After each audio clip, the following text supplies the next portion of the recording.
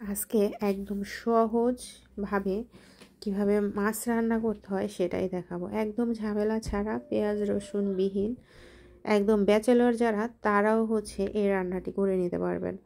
তো এখন এই সিজনে কিন্তু ইলিশ মাছ প্রচুর পাওয়া যায়, আর এখনকার মাছটা কিন্তু অনেকটা টেস্টি হয়। আর দাম একটু বেশি হলেও এটা অ্যাভেলেবেল, সবসময় পাওয়া যাচ্ছে। তো এখানে দুটো মাছ নেওয়া হয়েছে।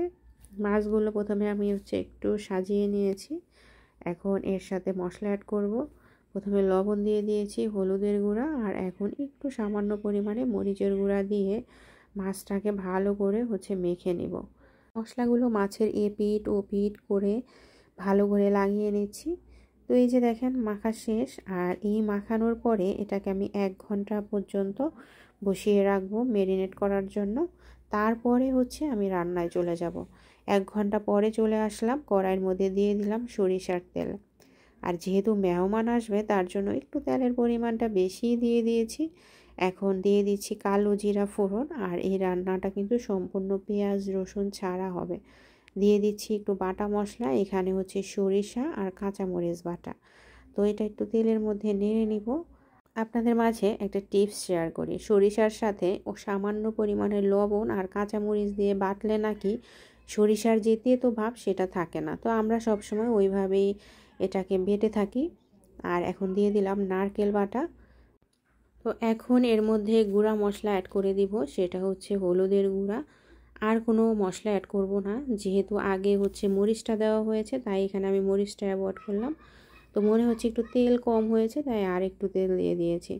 এখন মশলাটাকে ভালো করে কষিয়ে দিব। দেখেন কথা বলতে বলতে লবণটাই দিতে ভুলে গেছি। এ পর্যায়ে লবণ দিয়ে দিলাম, আর সাথে একটুখানি দিয়ে দিব সামান্য পরিমাণে একটু চিনি। এরপরে মশলাটাকে কষানো হয়ে গেলে দেখেন তেল বেরিয়ে আসবে। যখন পুরো মশলাটা লেগে লেগে আসবে আর তেল ছেড়ে দিবে, তখন এর মধ্যে দিয়ে দিচ্ছি জল। আর এই জলটা ঝোলের জন্যই, যতটুকু ঝোল রাখবো ততটুকুই জলটা ব্যবহার করলাম। তো এটাকে একটু ফুটিয়ে নিব। আর প্রথমে আমি মাছের মাথাটা দিয়ে দিব, যেহেতু এই মাছটা ঝোলে দেওয়ার পরে নাড়া যাবে না, তাই আগে মাথাটা দিয়ে একটু সিদ্ধ করে নিচ্ছি ভালো করে।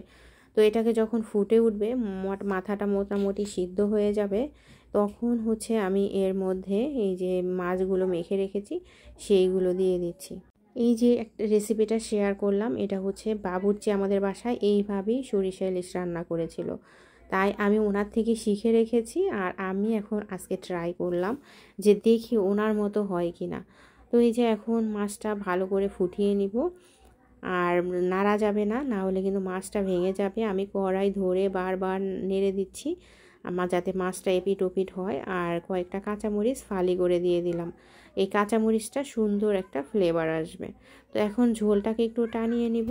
আর ঝোলটা টানিয়ে যখন একদম ঘন ঘন হয়ে আসবে, তখনই কিন্তু আমার মাছ রান্না তৈরি হয়ে যাবে। আজকে এই পর্যন্ত।